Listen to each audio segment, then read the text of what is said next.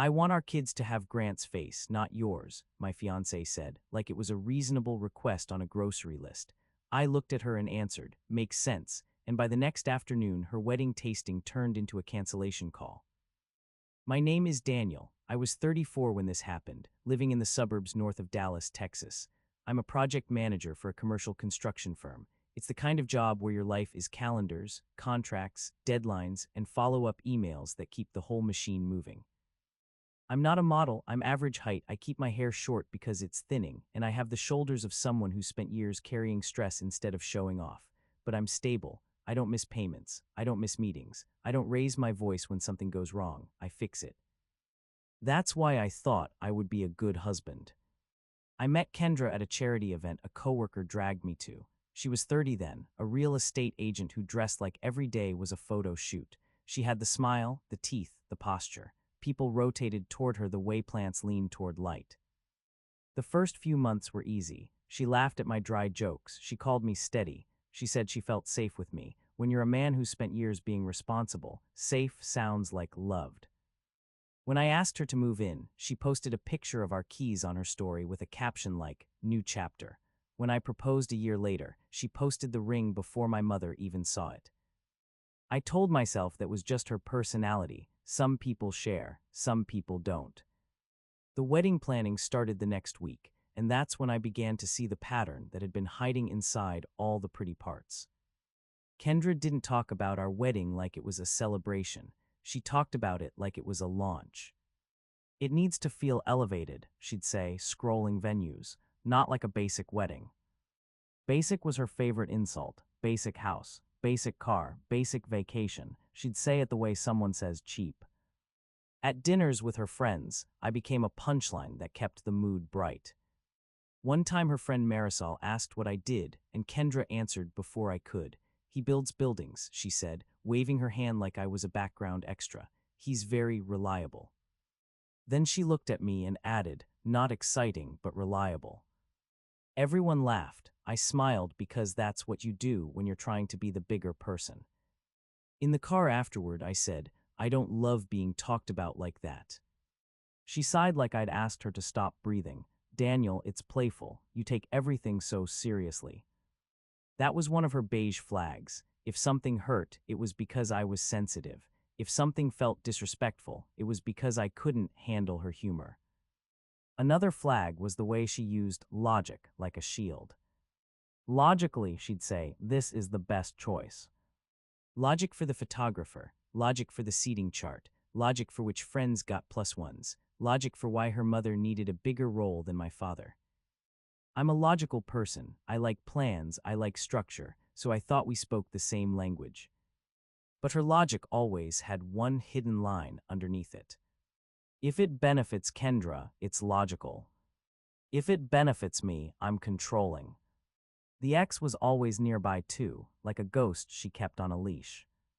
His name was Grant. He was 33, one of those men who look like they were born knowing their best angles.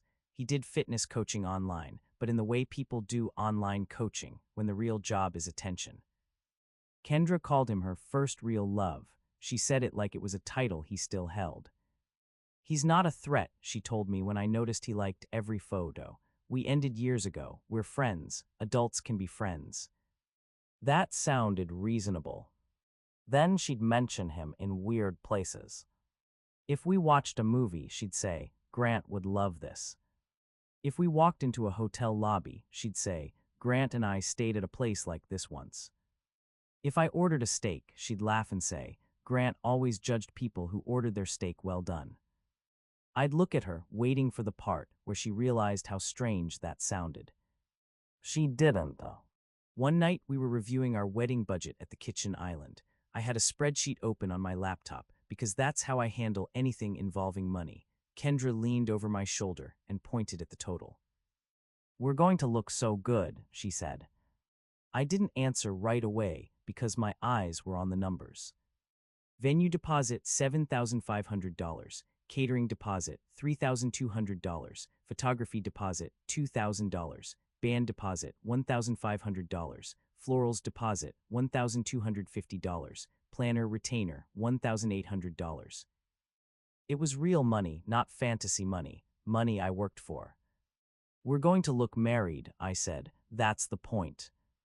Kendra smiled, but it didn't reach her eyes. Right, married, and it's going to be a perfect day. Then she added casually, Grant said our venue is a great choice. I paused with my fingers on the keyboard. Grant said that. Yeah, she said, as if I'd asked if the sky was blue. I showed him the photos. He has a good eye. A small moment, a small sentence, and yet it sat in my chest like a stone. I should have pushed harder then. I should have asked why she needed his approval. Instead, I did what I always did. I swallowed it. I focused on the next task. We had our final catering tasting scheduled for the following day at the venue. Big moment. Her mother was flying in. Her bridesmaids were coming. The planner, the caterer, the venue coordinator. One of those public, high-stakes wedding milestones where everyone expects you to smile like everything is perfect. The night before that tasting is when she finally said the quiet part out loud. We were sitting on the couch with a binder of wedding details open on her lap. She wasn't watching the TV. She was watching her phone. I noticed she was texting someone, smiling. I asked, "Who's that?" She didn't look up. Grant. My stomach tightened. About what? Kendra set her phone down and turned toward me with that same practiced calm, the calm she used with clients who were about to lose a bidding war. I need to talk to you about something important, she said. The hair on my arms lifted. Okay. She folded her hands. It's about kids. That should have felt warm. That should have felt like a natural next step. Instead, it felt like she was about to negotiate a contract. I've been thinking about it a lot, she said, and I just want to be smart. I nodded slowly. Smart how? She took a breath. I love you, Daniel. You're going to be an amazing dad. You're stable, you're patient, you're consistent. She said those words like they were traits on a resume. Then she said the line. I want our kids to have Grant's genetics. I stared at her, waiting for her to laugh, waiting for her to say she was joking, waiting for anything that made the sentence not real. She kept going because in her mind this wasn't cruel, it was logical.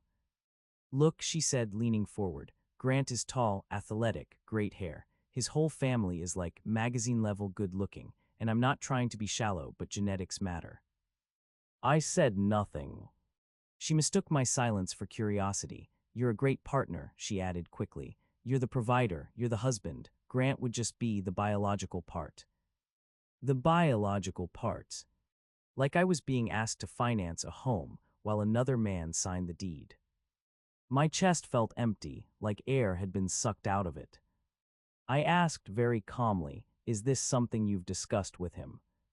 Kendra nodded without shame. Yes, he's open to it. She said it like she was proud of how efficiently she'd handled it. I don't want to spend tens of thousands on IVF, she continued, and Grant said if we're doing it, we should do it the simplest way. One time, clean, no feelings, just the best outcome. Then she smiled like she'd offered me a gift. This is the smartest version of our future, she said. It's just logic.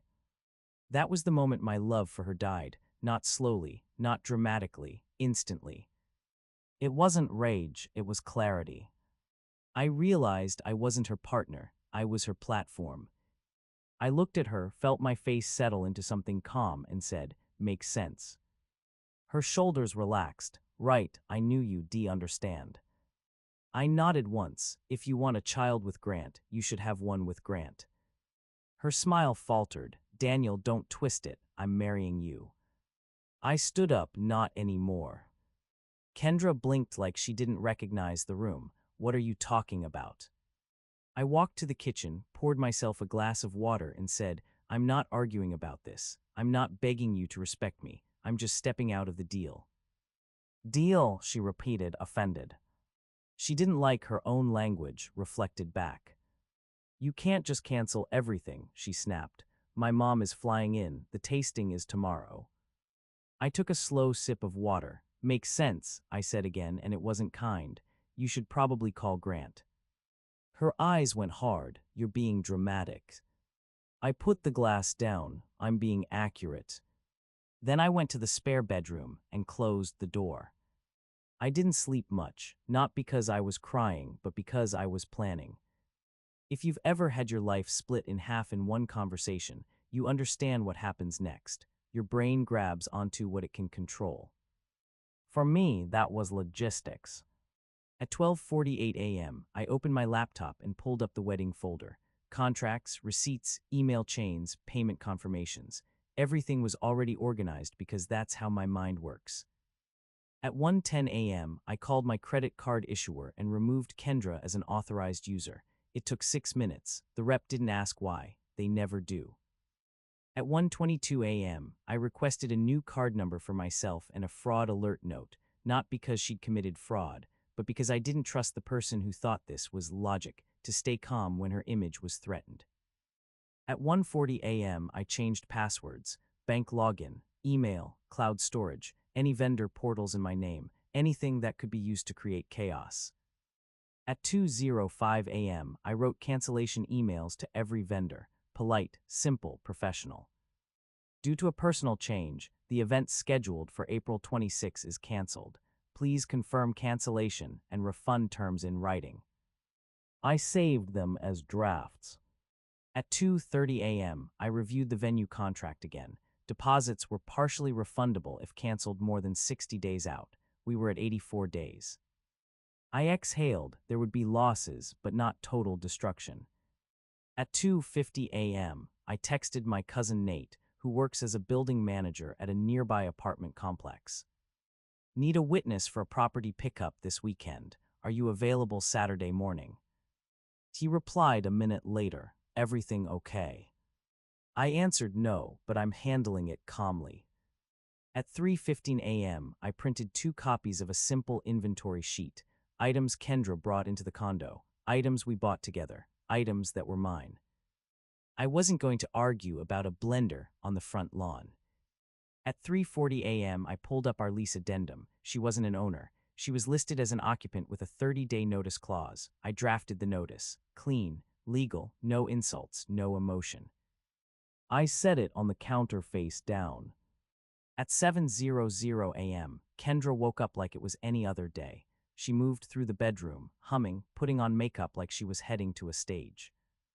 Are you coming to the tasting? She asked, as if we'd had a small disagreement about paint colors. I stayed seated on the edge of the bed, calm. No. She rolled her eyes. Fine, sulk, just don't embarrass me. Embarrass her. That word told me everything. When she left, she didn't apologize. She didn't ask if I was okay. She kissed the air near my cheek and said, be normal. The door shut. The silence hit, and it was strangely peaceful. At 9:03 a.m., I hit send on every cancellation email. Venue first, then catering, then photographer, then band, then florist, then planner. At 9:20 a.m., I called the venue coordinator to confirm. She sounded professional and sympathetic. We'll process the cancellation and send the refund estimate today, she said. At 9:32 a.m., I sent Kendra a single text. I canceled the wedding. We can communicate by text only from this point forward. Then I put my phone face down. I didn't have to wait long. At 10:11 a.m., my phone started vibrating like it was trying to crawl off the table. Kendra. I answered on the 3rd ring. Her voice was tight, loud, and panicked, like she was trying to whisper while her world burned. What did you do? She hissed. I sat at the kitchen table. What happened? My card declined, she said, in front of the caterer, in front of my mom. The planner is staring at me like I'm lying. Why is my card declining? You're not on my card anymore, I said. Silence. Then a sharp inhale. Are you serious? Yes, I said. You're removed as an authorized user. You can't do that, she snapped. I can, I replied, and I did. Her voice cracked. Daniel, this is not the time. Everyone is here. Fix it, right now. I kept my tone even. No. Why are you doing this to me? She demanded. This is humiliating. That makes sense, I said, and my calm line landed like a door closing. You value humiliation more than respect. She went quiet for half a second, then tried to pivot. "You're overreacting," she said. "It was just a conversation. It was future planning." "You planned it with him," I said, "not with me." She lowered her voice. I could hear bathroom tile echo behind her. "Okay, fine. Maybe I shouldn't have told you before the wedding, but we can still get married. We can still have our life." I let that sit for a beat. Then I said, "I'm not marrying someone who sees me as a provider and another man as the premium option." "Kendra, stop," she whispered, like she was begging me not to say it out loud, not because it hurt me, but because it made her look bad. "You said it," I replied. "I'm just repeating it."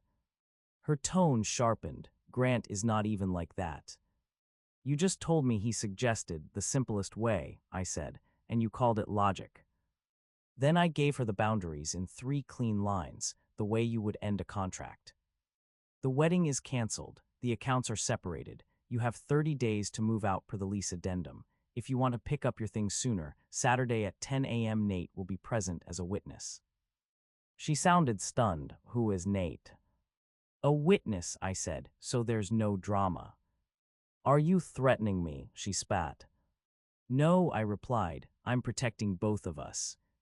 She tried one last desperate hook. "Daniel, I love you." I didn't raise my voice. "No," I said, "you love what I provide." Then I ended the call. By lunchtime, the smear campaign began.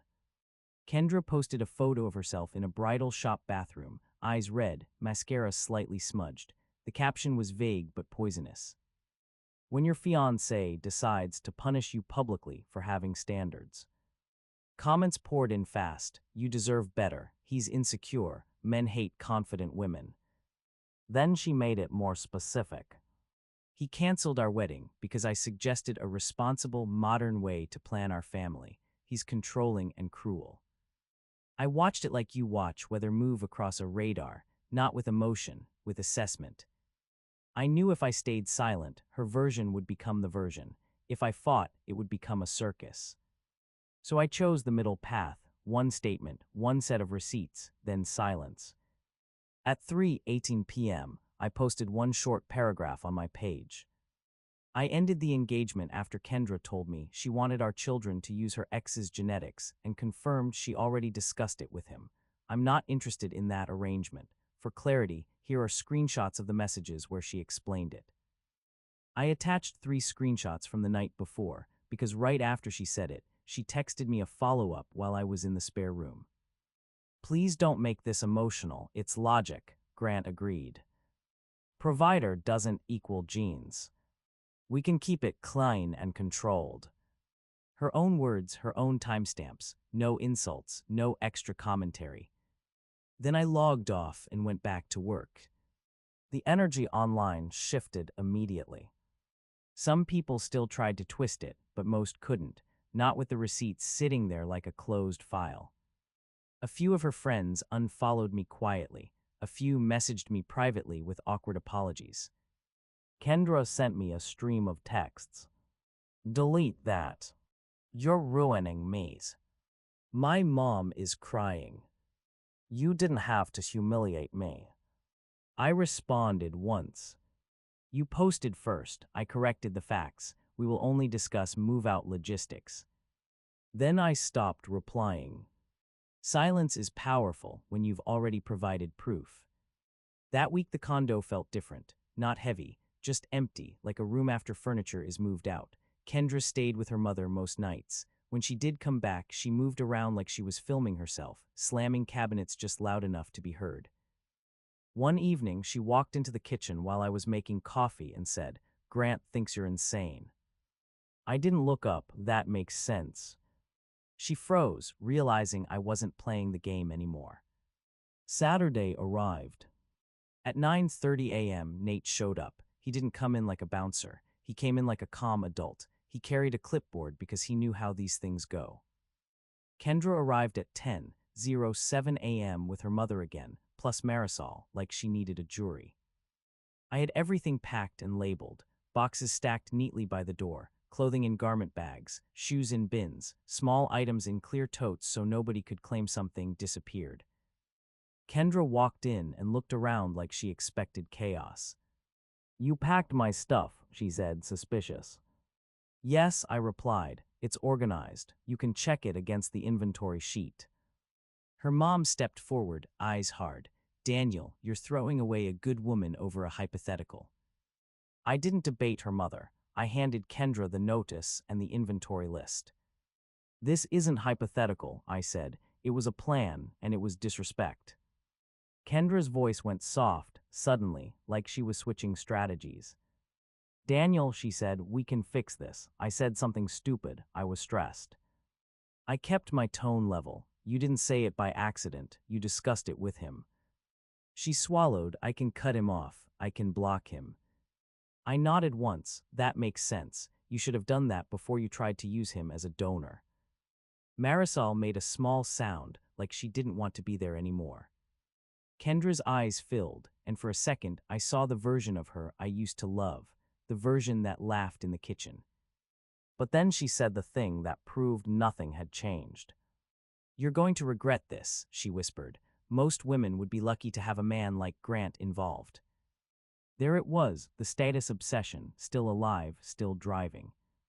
I looked at her and said quietly, "Then go be lucky." Her mom scoffed. "You think you'll find better." I didn't glare, I didn't posture. I just answered like a man closing out a file. "I'll find respectful," I said. "That's better." Kendra stared at me, waiting for anger, waiting for emotion. I handed her the keys she'd left before, now on a ring with a tag labeled KENDRA. "You can finish loading," I said. "Nate will witness the inventory signature, then you're done here." Her voice broke. "You don't even miss me." I paused, not for drama, but because I wanted the truth to land clean. "I miss who I thought you were," I said, "but I won't marry who you are." Kendra signed the inventory sheet with a shaking hand. Nate signed as witness. Kendra's mother signed as a second witness because she insisted, and I didn't care. When the last box was loaded, Kendra stood by the door like she wanted one last scene. "Grant is coming to town next week," she said. "He said he'll take me out. He said I deserve someone who can handle me." I nodded once. "That makes sense." She flinched at my calm, like calm was an insult. Then she left. The condo felt quiet in a way I hadn't felt in months. Over the next few weeks, the remaining refunds came in. The venue returned $5,000 of the $7,500 deposit. The caterer returned $1,600 of the $3,200. The photographer kept the full $2,000 retainer. The planner kept her $1,800. I lost money, but I didn't lose myself.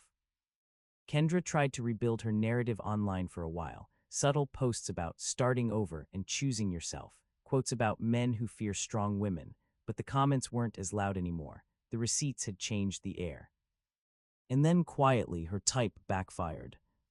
Grant did take her out, I know, because she posted the dinner photo. Fancy steakhouse, candlelight, her hand on his forearm. Caption, "When you're finally with someone who understands standards."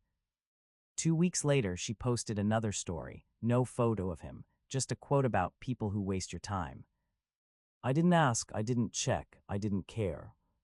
But Nate heard through the grapevine, because Dallas is big and also small, that Grant had been seeing someone else the whole time and didn't want anything serious.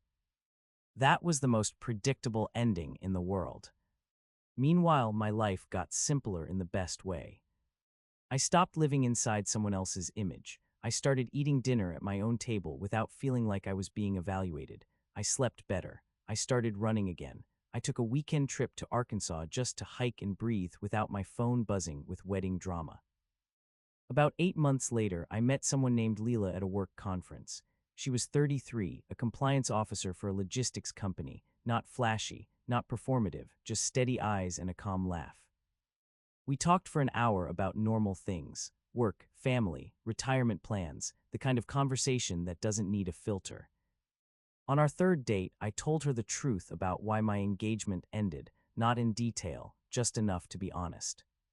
She listened, then said, "That's not logic, that's cruelty dressed up as logic." I nodded, feeling something in my chest loosen. She didn't ask to see my bank account. She didn't ask about my credit card points. She didn't talk about brand. She asked what my day was like. She asked what I wanted in 5 years. She asked if I liked my coffee black. And when I said yes, she smiled and said, "That makes sense." A year after the breakup, Kendra showed up at my door on a Sunday afternoon. No warning, no text, just the doorbell. I opened it and saw her standing there with her hair done, makeup perfect, like she was trying to rewind time. "Daniel," she said softly, "can we talk?" I didn't invite her in. I kept the door half closed, polite but firm. "I'm not your emergency contact anymore," I said. Her eyes watered immediately. I made a mistake. I nodded once. "That makes sense." She looked confused, like she wasn't sure if I was agreeing with her or dismissing her. "I didn't mean it how it sounded," she insisted. "I was under pressure. My mom, the wedding, everything. I didn't think you'd leave." I kept my voice calm. "That's the part you still don't understand." She blinked. "What part?" I held her gaze and said, "Respect isn't a mood, it's the foundation. You tried to build a family on humiliation and call it logic." She opened her mouth, searching for a counter. I gave her none. "I wish you well," I said, "but I'm not available." Then I added the final callback, not loudly, not cruelly, just like a man closing the last line of a contract. "That makes sense," I said, and I closed the door. If you've ever been treated like a resource instead of a partner, tell me in the comments what your breaking point was, because I know I'm not the only one.